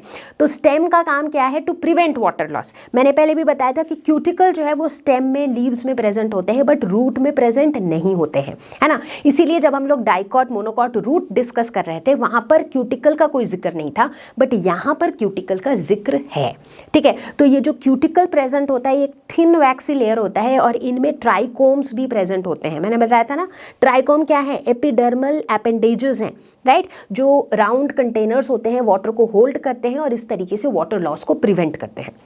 ठीक है, तो एपिडर्मिस हो गया। उसके बाद नेक्स्ट है कॉर्टेक्स। कॉर्टेक्स में अगेन बहुत सारे मल्टीपल लेयर्स ऑफ सेल्स होते हैं, और ये जो सेल्स हैं ये अलग अलग लेयर्स में अरेंज्ड होते हैं। तो यहाँ पर हम कॉर्टेक्स के अंदर 3 लेयर्स के बारे में बात करेंगे, hypodermis, cortical layers and endodermis. ठीक है, तो हाइपोडर्मिस जो है ये सबसे आउटर मोस्ट लेयर है कॉर्टेक्स का, और ये हाइपोडर्मिस जो है ये कॉलेनकाइमा सेल्स से बने होते हैं। कॉलेनकाइमा सेल्स जहाँ पिक्चर में आया, इसका मतलब है वो थोड़ा बहुत सपोर्ट प्रोवाइड करेगा, यही उसका फंक्शन होगा, एंड दैट्स राइट। इन सेल्स का काम होता है यंग स्टेम को मैकेनिकल सपोर्ट प्रोवाइड करना। ठीक है, हाइपोडर्मिस के बाद आते हैं कॉर्टिकल लेयर्स। ठीक है, तो कॉर्टिकल लेयर्स में प्रेजेंट होते हैं पैरेनकाइमा सेल्स। ठीक है, और ये राउंडेड सेल्स होते हैं, और इनमें जो है इंटरसेल्यूलर स्पेसेस प्रेजेंट होते हैं। ठीक है। इसके बाद आता है एंडोडर्मिस। एंडोडर्मिस में भी पैरेन्काइमा सेल्स होते हैं, लेकिन यहाँ पर इंटरसेल्यूलर स्पेसेस नहीं होते हैं। हमेशा की तरह एंडोडर्मिस जो है ना बिल्कुल सील्ड सा लेयर होता है, बिकॉज इसके अंदर वास्कुलर बंडल्स होता है, ठीक है ना। तो यहाँ पर भी एंडोडर्मिस में वही कहानी होती है जिसमें इंटरसेल्यूलर स्पेसेस प्रेजेंट नहीं होते हैं। एक खास बात ये भी होती है कि एंडोडर्मिस के जो सेल्स होते हैं they are rich in starch grains, जिसकी वजह से इन्हें हम स्टार्च शीथ भी कहते हैं। इस लेयर को, एंडोडर्मिस वाले लेयर को हम स्टार्च शीथ भी कहते हैं। अब एंडोडर्मिस के अंदर गए बच्चों तो आएगा पेरीसाइकल। अब यहाँ पर डाइकॉट स्टेम में पेरीसाइकल में एक खास बात देखने को मिलती है कि पेरीसाइकल के अंदर हमें स्क्लेरेनकाइमा सेल्स के पैचेस देखने को मिलते हैं, right. In fact semi lunar patches, semi lunar मतलब हाफ मून की शेप में जो है ना हमें स्क्लेरेनकाइमा सेल्स के पैचेस देखने को मिलते हैं यहाँ पेरीसाइकल में। तो ये कुछ अलग हमें स्टेम में देखने को मिलता है, ठीक है। सो फिलहाल तो हम डाइकॉट स्टेम की ही बात कर रहे हैं। अब पेरीसाइकल के भी अंदर जाएंगे तो वास्कुलर बंडल्स आएगा, लेकिन उससे पहले एक और चीज बता दूं कि वास्कुलर बंडल्स के बीच में हमें पैरेन्काइमा सेल्स के लेयर्स दिखते हैं जो कि रेडियली प्लेस्ड होते हैं, और इन्हें हम कहते हैं मेड्यूलरी रेज। रेडियली प्लेस्ड है, ऐसे याद कर लो, मन ही मन एक मेमोरी ट्रिक बना लो। रेडियली प्लेस्ड होते हैं medullary rays, rays radially placed, ठीक है। और ये पैरेन्काइमा सेल्स होते हैं और ये वास्कुलर बंडल्स के बीच में प्रेजेंट होते हैं, ठीक है। अब आते हैं मेन मुद्दे पे जो कि है वास्कुलर बंडल्स, ठीक है। तो यहाँ वास्कुलर बंडल्स का जो अरेंजमेंट होता है ना ये रिंग पैटर्न में होता है। तो इसको बच्चों दिमाग में सेट कर लो कि कहीं पर भी अगर आपको वास्कुलर बंडल्स जो हैं ये रिंग पैटर्न में दिखे तो समझ जाओ कि आप डाइकॉट स्टेम देख रहे हो। डाइकॉट स्टेम में रिंग अरेंजमेंट होता है, रिंग पैटर्न होता है वास्कुलर बंडल्स का, ठीक है। और क्या क्या कैरेक्टरिस्टिक्स होती हैं वास्कुलर बंडल्स की? ये ओपन वास्कुलर बंडल्स होते हैं। आप मुझे बताओ ओपन वास्कुलर बंडल क्या होता है? ओपन मतलब कैम्बियम प्रेजेंट होता है, यानी कि सेकेंडरी ग्रोथ होती है। एग्जैक्टली यहाँ पर होता है एंडार्च प्रोटोजाइलम। ये क्या होता है भाई? Endarch protoxylem. प्रोटोजाइलम क्या होता था भाई? सेकेंडरी ग्रोथ होगी तो सेकेंडरी जाइलम बनेगा। जो जाइलम पहले बनेगा दैट इज प्रोटोजाइलम, जो जाइलम बाद में बनेगा दैट इज मेटाजाइलम। ये बातें हमें पता है। अगर प्रोटोजाइलम सेंटर की तरफ बन रहा है और मेटाजाइलम बाहर की तरफ बन रहा है तो उस अरेंजमेंट को हम कहते हैं एंडार्च। मतलब पहले बनने वाला जाइलम सेंटर की तरफ, बाद में बनने वाला जाइलम पेरीफेरी यानी कि बाहर की तरफ। इस अरेंजमेंट को कहते हैं एंडार्च प्रोटोजाइलम अरेंजमेंट, ठीक है। अच्छा और क्या बातें करें? हाँ, जाइलम फ्लोएम का अरेंजमेंट कैसा होता है? यहाँ पर कॉन्जॉइंट वास्कुलर बंडल्स होता है। कॉन्जॉइंट मतलब जाइलम और फ्लोएम दोनों जो हैं वो सेम रेडियस पे ही प्लेस्ड होते हैं, ठीक है। तो आई गेस आप डाइकॉट स्टेम के वास्कुलर बंडल्स के कैरेक्टरिस्टिक्स आपको याद रहेंगे। चलो एक बार और रिवाइज करा दूं। जैसे ही डाइकॉट स्टेम की बात होगी तो रिंग पैटर्न अरेंजमेंट यहाँ देखने को मिलेगा। Vascular bundles conjoint, vascular bundles open, protoxylem जो है ये एंडार्च, ठीक है। तो ये चार चीजें अगर आपको याद रह गई तो समझ लो कि आपको डाइकॉट स्टेम याद रह जाएगा, ठीक है। तो अब भाई वास्कुलर बंडल हो गया तो अब हम ऑलमोस्ट सेंटर पे पहुंच गए हैं। सेंटर पे होता है पिथ, और यहाँ का पिथ देखो कुछ अलग ही नजारा है। यहाँ के जो पिथ है ये राउंड पैरेन्काइमा सेल्स से बने हुए हैं और बहुत सारे पैरेन्काइमा सेल्स हैं और उनके बीच में काफी सारा इंटरसेल्यूलर स्पेसेस भी है। तो चलो डाइकॉट स्टेम के बाद अब देख लेते हैं internal structure of a monocot stem, ठीक है। तो मोनोकॉट स्टेम का इंटरनल स्ट्रक्चर कुछ ऐसा दिखता है, ठीक है। तो यहाँ पर भी हम मतलब इसका जो ओवरऑल ढांचा है वो वैसा ही रहेगा और हम लोग सिर्फ वो चीजें डिस्कस करते हुए चलेंगे जो यहाँ पे डिफरेंट हो, ठीक है। तो आउटर मोस्ट लेयर यहाँ पर भी एपिडर्मिस है जिसका मेन काम प्रोटेक्शन है। इनफैक्ट एपिडर्मिस में भी अगर मैं बताना चाहूँ तो ऊपर की सरफेस की तरफ जो एपिडर्मिस होता है दैट इज कॉल्ड एडैक्सियल, और बेस की तरफ यानी कि नीचे की तरफ जो एपिडर्मिस होता है उसे हम कहते हैं एबैक्सियल। बेस से बैक्सियल, एबैक्सियल और ऊपर वाला एडैक्सियल, ठीक है। तो ये जो है एपिडर्मिस के लेयर्स होते हैं, ठीक है। यहाँ पर ना हम कॉर्टेक्स की बात ही नहीं करते हैं। सो यहाँ कोई कॉर्टेक्स नहीं है, यहाँ पर सीधा हम हाइपोडर्मिस की बात करते हैं। और हाइपोडर्मिस जो है ये स्क्लेरेनकाइमा सेल्स से बने होते हैं। इसके बाद हम सीधा बात करते हैं वास्कुलर बंडल्स की, और यहाँ पे बच्चों हमें रिंग अरेंजमेंट नहीं दिखता है, इसीलिए मैंने बोला था अगर रिंग फॉर्मेट में रिंग अरेंजमेंट में वास्कुलर बंडल्स हैं तो समझ जाओ डाइकॉट स्टेम है, और अगर स्कैटर्ड वास्कुलर बंडल्स हैं तो समझ जाओ मोनोकॉट स्टेम है। तो यहाँ पर जो वास्कुलर बंडल्स हैं वो स्कैटर्ड रहते हैं, लेकिन इन वास्कुलर बंडल्स को एक layer of sclerenchyma cells cover करता है जिसे हम कहते हैं बंडल शीथ। क्योंकि ये बंडल्स वास्कुलर बंडल्स को कवर करते हैं इसीलिए इनका नाम रखा गया बंडल शीथ। ठीक है, यहाँ तक क्लियर है? ठीक है, अब और थोड़े कैरेक्टरिस्टिक्स देखते हैं वास्कुलर बंडल्स के। तो भाई यहाँ पर जो है क्लोज्ड वास्कुलर बंडल्स होते हैं। क्यों? क्योंकि मोनोकॉट्स है ना, मोनोकॉट्स हैं तो वहाँ पे सेकेंडरी ग्रोथ नहीं होती है, वहाँ पे कैम्बियम नहीं होता है, कैम्बियम नहीं है तो क्लोज्ड वास्कुलर बंडल्स है। ठीक है, अच्छा अगर जाइलम फ्लोएम की अरेंजमेंट की बात करें तो ये कॉन्जॉइंट वास्कुलर बंडल्स होते हैं, यानी कि जाइलम और फ्लोएम जो है वो सेम रेडियस पर ही प्लेस्ड होते हैं। ठीक है, इनफैक्ट अगर बात करें तो पेरीफेरी के तरफ मतलब बाहर की तरफ जो वास्कुलर बंडल्स होते हैं वो यहाँ पे कंपैरेटिवली स्मॉलर होते हैं अगर हम उसे कंपेयर करें सेंट्रली लोकेटेड वास्कुलर बंडल्स के कंपैरिजन में। तो बाहर वाले की तरफ लोकेटेड वास्कुलर बंडल्स छोटे होते हैं और सेंट्रली लोकेटेड वास्कुलर बंडल्स जो हैं वो कंपैरेटिवली बड़े होते हैं। ठीक है, फ्लोएम पैरेन्काइमा यहाँ पर एब्सेंट होता है। अगर हम ग्राउंड टिश्यू की बात करें तो पूरे मोनोकॉट स्टेम में पैरेन्काइमेटस ग्राउंड टिश्यू प्रेजेंट होता है। तो प्यारे बच्चों, अब जब हमने डाइकॉट स्टेम और मोनोकॉट स्टेम दोनों का एनाटॉमी देख ही लिया है तो चलो देखते हैं एक quick comparison. And let me tell you, ये क्विक कंपैरिजन है बड़े काम का, क्योंकि इससे एक तरीके से दोनों का एक क्विक रिकैप भी हो जाता है और दिमाग में ना दोनों की तस्वीरें बिल्कुल अलग अलग सेट भी हो जाती हैं। ठीक है, तो तैयार हो? चलो शुरू करते हैं। तो सबसे पहले देखेंगे मोनोकॉट स्टेम। तो अगर हम बात करें मोनोकॉट स्टेम की तो यहाँ पर जो ग्राउंड टिश्यू होता है वो डिफरेंशिएटेड नहीं होता है। मतलब हम बस कह देते हैं कि जो ग्राउंड टिश्यू है दैट इज पैरेन्काइमेटस, मतलब वो पैरेन्काइमा सेल से बना हुआ है। दूसरी तरफ जब हम डाइकॉट स्टेम की बात कर रहे थे तो जो ग्राउंड टिश्यू है ना वो अलग अलग लेयर्स में डिफरेंशिएटेड है। जैसे कि हम कह रहे थे हाइपोडर्मिस एक लेयर है, फिर कॉर्टिकल लेयर्स हैं, फिर एंडोडर्मिस है, फिर पेरिसाइकल है, फिर वास्कुलर बंडल्स है, फिर पिथ है। तो मतलब अलग अलग लेयर्स की हम बात कर रहे थे जो कि हम मोनोकॉट स्टेम में नहीं कर रहे हैं। ठीक है, अब अगर हम मोनोकॉट स्टेम में बात करें हाइपोडर्मिस की तो ये हाइपोडर्मिस होता है स्क्लेरेनकाइमेटस, लेकिन वहीं अगर डाइकॉट स्टेम की बात करूं तो वहां पर हाइपोडर्मिस जो है ये है कॉलिनकाइमेटस। एग्जैक्टली। ठीक है, अगर फिर से मोनोकॉट स्टेम की बात करूं तो यहाँ पर सेकेंडरी ग्रोथ होता ही नहीं है, लेकिन वहीं अगर मैं बात करूं डाइकॉट स्टेम की तो वहाँ पर सेकेंडरी ग्रोथ होता है। ठीक है, मोनोकॉट स्टेम की बात करें तो जो वास्कुलर बंडल्स हैं वो कैसे हैं? वो है closed end conjoint. Closed of course क्योंकि कैम्बियम प्रेजेंट नहीं है। वहीं डाइकॉट स्टेम की बात करें तो ये होते हैं ओपन एंड कॉन्जॉइंट क्योंकि यहाँ पर कैम्बियम प्रेजेंट है जिसकी वजह से सेकेंडरी ग्रोथ होता है। अगर बात करें मोनोकॉट स्टेम की तो यहाँ पर एपिडर्मल हेयर्स प्रेजेंट नहीं होते। क्या ये नोटिस किया था आपने? नहीं किया था तो अब कर लो।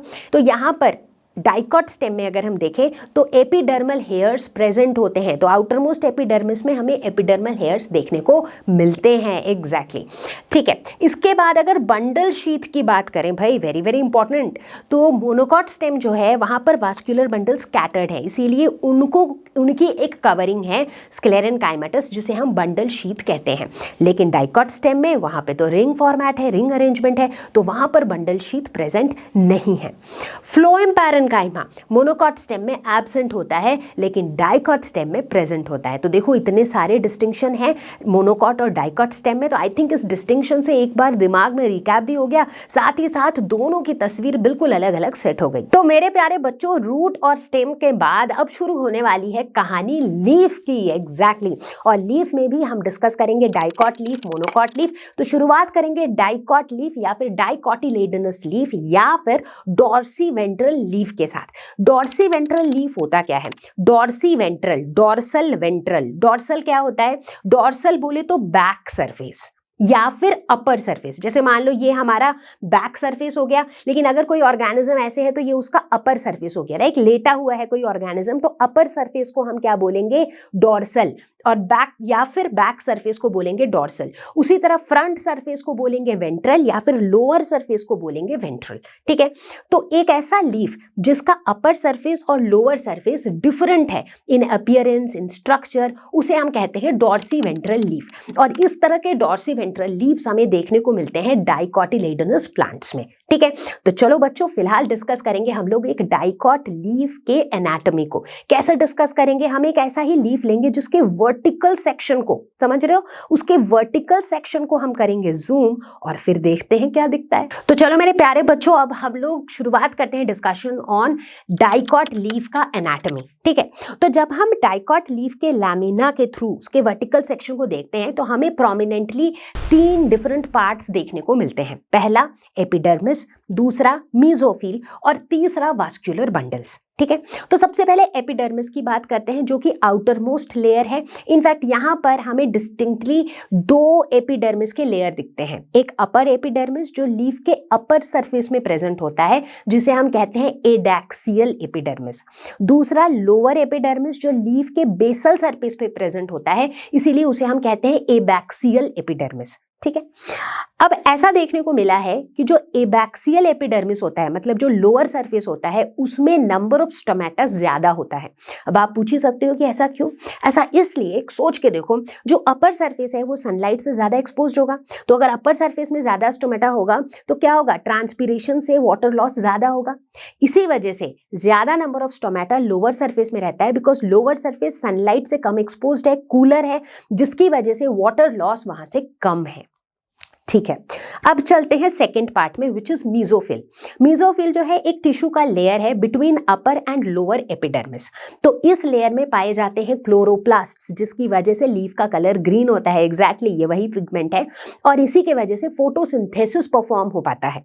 ठीक है, तो ये बने होते हैं, तो मीजोफिल का जो लेयर है ये पैरेन्काइमा सेल्स से बने होते हैं और इनके बीच में काफी एयर कैविटीज या फिर स्पेसेस, इंटरसेल्यूलर स्पेसेस प्रेजेंट होते हैं और ये 2 टाइप के सेल्स से बने होते हैं, palisade parenchyma and spongy parenchyma. ठीक है, पैलिसेड पैरेन्काइमा जो है ये लंबे सेल्स होते हैं, एलोंगेटेड सेल्स होते हैं जो पैरेलली अरेंज्ड होते हैं। पी से पैलिसेड, पी से पैरेलल। ठीक है, तो पैलिसेड पैरेन्काइमा पैरेलली अरेंज्ड होते हैं और यही प्राइमरी साइट होते हैं फॉर फोटोसिंथेसिस, मतलब पैलिसेड पैरेन्काइमा में ही फोटोसिंथेसिस होता है। ठीक है, दूसरा है स्पॉन्जी पैरेन्काइमा। नाम से पता चल रहा है स्पॉन्जी, मतलब इनके बीच में काफी सारा एम्प्टी स्पेसेस या फिर एयर कैविटीज काफी ज्यादा प्रेजेंट है। ये राउंड पैरेन्काइमा सेल्स होते हैं। ठीक है, अब इनका मेन काम क्या होता है? इनका काम होता है टू फैसिलिटेट गैसियस एक्सचेंज। इसी वजह से देखो इनमें एम्प्टी स्पेसेस वगैरह प्रेजेंट होते हैं। अब गैसियस एक्सचेंज जरूरी है तभी तो फोटोसिंथेसिस हो पाएगा, है कि नहीं? फोटोसिंथेसिस के प्रोसेस के लिए भी तो हमें कार्बन डाइऑक्साइड चाहिए, फोटोसिंथेसिस के प्रोसेस के दौरान भी तो oxygen as a by product निकलेगा, है ना? तो gaseous exchange is very very important. तो इसका मतलब दोनों ने अपना अपना काम बांट लिया। पैलिसेड पैरेन्काइमा में फोटोसिंथेसिस का प्रोसेस हो रहा है और जो स्पॉन्जी पैरेन्काइमा है ये गैसियस एक्सचेंज को फैसिलिटेट करते हैं। ठीक है, तो ये था दूसरा पार्ट। अब देखेंगे हम लोग तीसरा part, which is vascular bundles. तो प्यारे बच्चों, आप खुद सोच के देखो कि एक लीफ में वास्कुलर बंडल्स कहां पर पाए जाएंगे? लीफ के वेन्स में, लीफ के मिडरिब में। एग्जैक्टली, मिडरिब और वेन्स क्या होते हैं ये तो आपको पता ही है, राइट? अब इन वास्कुलर बंडल्स का साइज क्या होगा वो डिपेंड करेगा कि इन वेन्स का साइज क्या है। ठीक है, तो ये जो वास्कुलर बंडल्स होते हैं इनको सराउंड करते हैं कुछ सेल्स जिन्हें हम कहते हैं बंडल शीथ सेल्स, जो कि थिक वॉल्ड होते हैं। So thick walled bundle sheath cells जो है इन्हें सराउंड करते हैं। डाइकोट लीफ के बाद अब डिस्कस करेंगे हम लोग internal structure of a monocot leaf या फिर मोनोकॉटिलेडोनस लीफ या फिर आइसो बाइलैटरल लीफ। आइसो बोले तो सेम, बाइलैटरल बोले तो 2 साइड्स। ऐसे लीव्स जिनका अपर साइड और लोअर साइड स्ट्रक्चर और फंक्शन वाइज सेम हो उन्हें हम कहते हैं मोनोकॉट लीफ या फिर आइसो बाइलैटरल लीफ। ठीक है, बच्चों अब थोड़ा सोच के बताओ कि कहां पर हमें मोनोकॉट लीव्स और डाइकोट लीव्स देखने को मिलते हैं। एग्जाम्पल्स के तौर पे ग्रासेस, राइस, ऑर्किड, लिली, इन सब में होता है मोनोकॉट लीफ। इस मोनोकॉट लीव्स को बड़े ध्यान से देखो, इनका ऊपर और नीचे का हिस्सा बिल्कुल एक ही जैसा दिखता है। ठीक है। दूसरी तरफ अगर डाइकॉट लीफ की बात करें तो एक रोज प्लांट के लीफ को देख लो, या फिर एक सनफ्लावर प्लांट के लीफ को देख लो, या फिर एक टोमेटो के लीफ को देख लो, इनका ऊपर का सरफेस और नीचे का सरफेस सेम नहीं होता है। तो ये है डाइकॉट लीव्स, ठीक है। तो खैर चलो, अभी तो फिलहाल हम बात करेंगे मोनोकॉट लीफ के एनाटॉमी के बारे में। बच्चों, मोनोकॉट लीफ के स्ट्रक्चर को अगर हम देखें ना तो ऐसा लगता है जैसे स्ट्रक्चर सिंप्लीफाइड, जैसे लर्नो हब लर्निंग सिंप्लीफाइड, वैसे ही यहाँ पर मोनोकॉट लीफ का जो स्ट्रक्चर है ना वो डाइकॉट लीफ का स्ट्रक्चर सिंप्लीफाइड टाइप का वर्जन है, ठीक है। तो यहाँ पर भी हम 3 मेन पार्ट्स के बारे में डिस्कस करेंगे, epidermis, mesophyll and vascular bundles. Epidermis, यहाँ पर भी एक अपर एपिडर्मिस जिसे हम एडैक्सियल और एक लोअर एपिडर्मिस जिसे हम एबैक्सियल एपिडर्मिस कहते हैं, दोनों प्रेजेंट होते हैं। बट यहाँ पर स्टोमेटा जो है वो अपर और लोअर एपिडर्मिस दोनों में ही प्रेजेंट होते हैं, ऐसा कुछ नहीं है कि एक में ज्यादा एक में कम, तो यहाँ पे दोनों में ही प्रेजेंट होते हैं। मीजोफिल की अगर हम बात करें तो यहाँ पर मीजोफिल इतना डिफरेंशिएटेड नहीं होता है, जैसे डाइकॉट लीफ में था ना कि मीजोफिल में पैलिसेड पैरेन्काइमा, स्पॉन्जी पैरेन्काइमा ऐसे अलग अलग डिफरेंशिएटेड थे, तो यहाँ पर ऐसा कोई डिफरेंशिएशन होता ही नहीं है, तो मतलब सिंपल है यहाँ पे, है ना। अगर यहाँ पे वास्कुलर बंडल्स की भी बात करें तो भाई वास्कुलर बंडल्स यहाँ पे भी काफी सिमिलर है, वेन्स और मिडरिब्स में होते हैं और उनको सराउंड करने वाले जो सेल्स होते हैं वो थिक वॉल्ड होते हैं जिन्हें हम बंडल शीथ सेल्स कहते हैं, राइट। तो मतलब देखो मोर और लेस जो हमने डाइकॉट लीफ में कवर किया था सारी चीजें वही है, बल्कि थोड़ी और सिंप्लीफाइड है, and that's the internal structure of a monocot leaf. बच्चों, अगर हम लोग मोनोकॉट लीफ में एक स्पेशल केस देखें, अगर हम ग्रासेस का केस देखें तो वहां पर हमें एक स्पेशल मॉडिफिकेशन देखने को मिलती है। हम देखते हैं कि ग्रासेस में जो अपर एपिडर्मिस, एडैक्सियल एपिडर्मिस है, उसके कुछ सेल्स जो है वो खुद को मॉडिफाई कर लेते हैं और बना लेते हैं लार्ज एम्प्टी कलरलेस सेल्स जिन्हें हम कहते हैं बुलीफॉर्म सेल्स, ठीक है। ग्रासेस में देखने को मिलता है बुलीफॉर्म सेल्स, ठीक है। और ये जो बुलीफॉर्म सेल्स हैं, जब ये वाटर एब्जॉर्ब करते हैं तो क्या होता है, वाटर एब्जॉर्ब करके कोई भी चीज स्वेल करने लग जाती है। जब ये स्वेल कर जाते हैं तो लीफ का जो पूरा लैमिना है ना वो एक्सपोज्ड हो जाता है, यानी कि वो पूरा लैमिना हमें एकदम स्ट्रेट यूं दिखता है, ठीक है। लेकिन वहीं जब यही बुलीफॉर्म सेल्स वाटर को लूज करने लग जाते हैं, जब इनमें वाटर कम हो जाता है तो क्या हो जाता है, ये अपने आप को ना यूं कर्ल कर लेते हैं to prevent further water loss. तो ये चीज हमें ग्रासेस में देखने को मिलती है। अब भाई डाइकॉट और मोनोकॉट लीफ दोनों पढ़ लिया है तो चलो देख लेते हैं एक क्विक कंपैरिजन। तो भाई monocot leaf versus dicot leaf.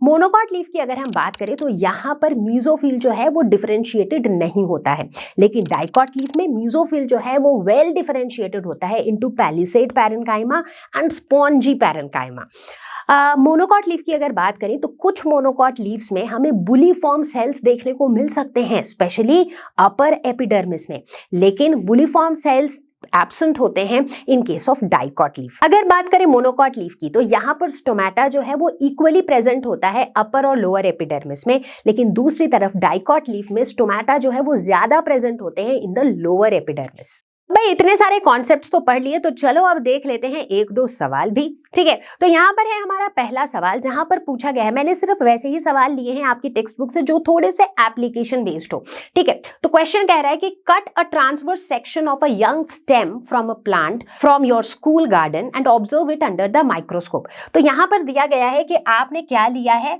आपने लिया है एक स्टेम, ठीक है। How would you ascertain whether it is a monocot stem or a dicot stem? मैंने आपको क्या बताया था, मोनोकॉट स्टेम और डाइकॉट स्टेम में क्या चीज सबसे ज्यादा अलग होती है। जैसे ही डाइकॉट स्टेम की बात करते हैं तो वास्कुलर बंडल्स क्या बनाता है, रिंग पैटर्न बनाता है, राइट। और मोनोकॉट स्टेम में वास्कुलर बंडल्स कैसे होते हैं, स्कैटर्ड, एग्जैक्टली। तो अगर मोनोकॉट स्टेम होगा इसका मतलब वास्कुलर बंडल्स होगा स्कैटर्ड, जिसको सराउंड करेंगे बंडल शीथ सेल्स, एग्जैक्टली। और अगर डाइकॉट स्टेम होगा तो वास्कुलर बंडल्स जो हैं वो रिंग पैटर्न में होगा। Very very very important. In fact ये बात मैंने आपको तब भी बताई थी कि this is something that is worth remembering. तो डाइकॉट स्टेम मतलब रिंग पैटर्न का वास्कुलर बंडल्स, मोनोकॉट स्टेम मतलब स्कैटर्ड वास्कुलर बंडल्स। चलो बच्चों अब देखते हैं question number 2। The transverse section of a plant material shows the following anatomical features। क्या क्या फीचर्स दिखा रहा है ये, वास्कुलर बंडल्स आर कॉन्जॉइंट का मतलब रिकैप भी करते चलेंगे, मतलब जाइलम और फ्लोएम जो है वो सेम रेडियस में है, ठीक है। अब देखो जैसे ही कॉन्जॉइंट की बात हो गई, इसका मतलब है कि ये रूट तो नहीं है, क्योंकि रूट में कैसा अरेंजमेंट होता है, रेडियल, आर से रेडियल, आर से रूट।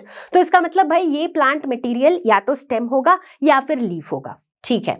उसके बाद कॉन्जॉइंट स्कैटर्ड वास्कुलर बंडल्स, यहाँ पे स्कैटर्ड है, ठीक है, ध्यान देना। स्कैटर्ड वास्कुलर बंडल्स दिमाग में आते ही क्या याद आता है, monocot stem, exactly, and surrounded by a sclerenchymatous bundle sheet.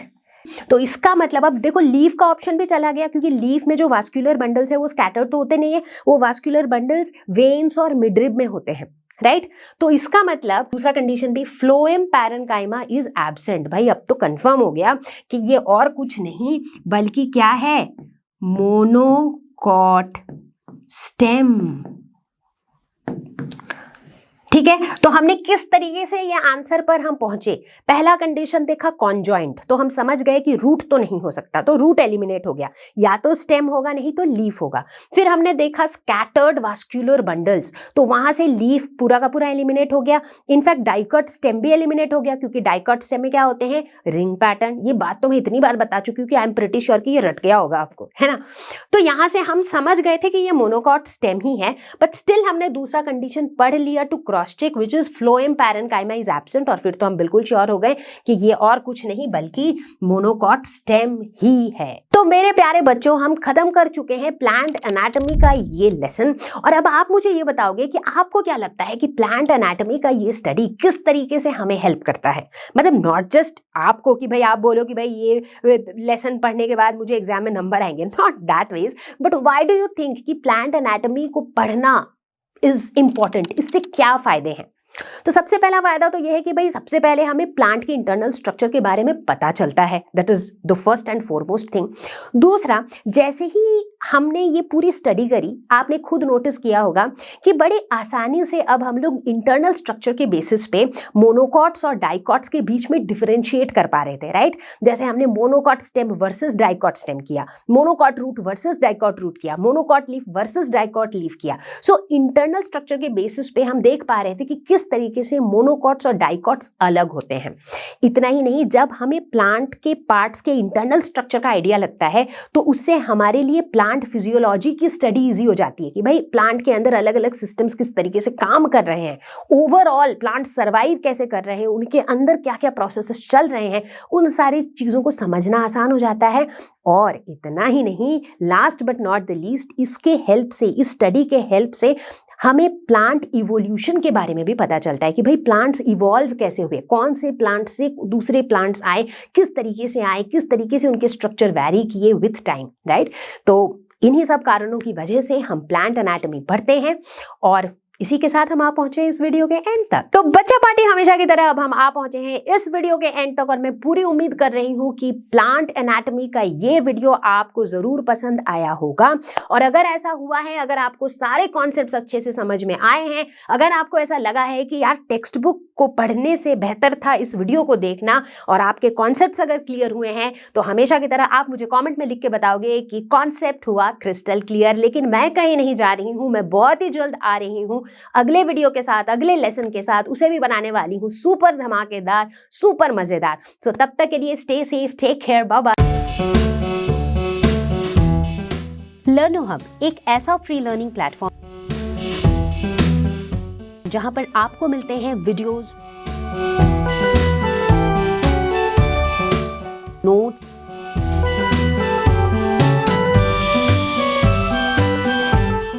NCERT solutions, sample papers, and online tests absolutely free of cost. लर्नो hub class 11-12 YouTube channel, अगर आप या आपके जान पहचान का कोई तैयारी कर रहा है नीट या जेईई का, तो हमारे यूट्यूब चैनल पर है लर्नो हब नीट पे जीत, जेईई पे जीत का complete course absolutely for free. इनमें चैप्टर्स की डिटेल्ड एक्सप्लेनेशंस, लाइव क्लासेस, ढेर सारे क्वेश्चंस और प्रीवियस ईयर क्वेश्चंस डिटेल्ड में कवर्ड हैं। और तो और you can ask all your doubts absolutely for free at ask question section of लर्नो hub. हमारा एंड्रॉयड ऐप भी है। आप 1-on-1 क्लास लेना चाहते हो तो है लर्नो हब स्वयं at a very affordable price. लर्नो hub free है पर बेस्ट है।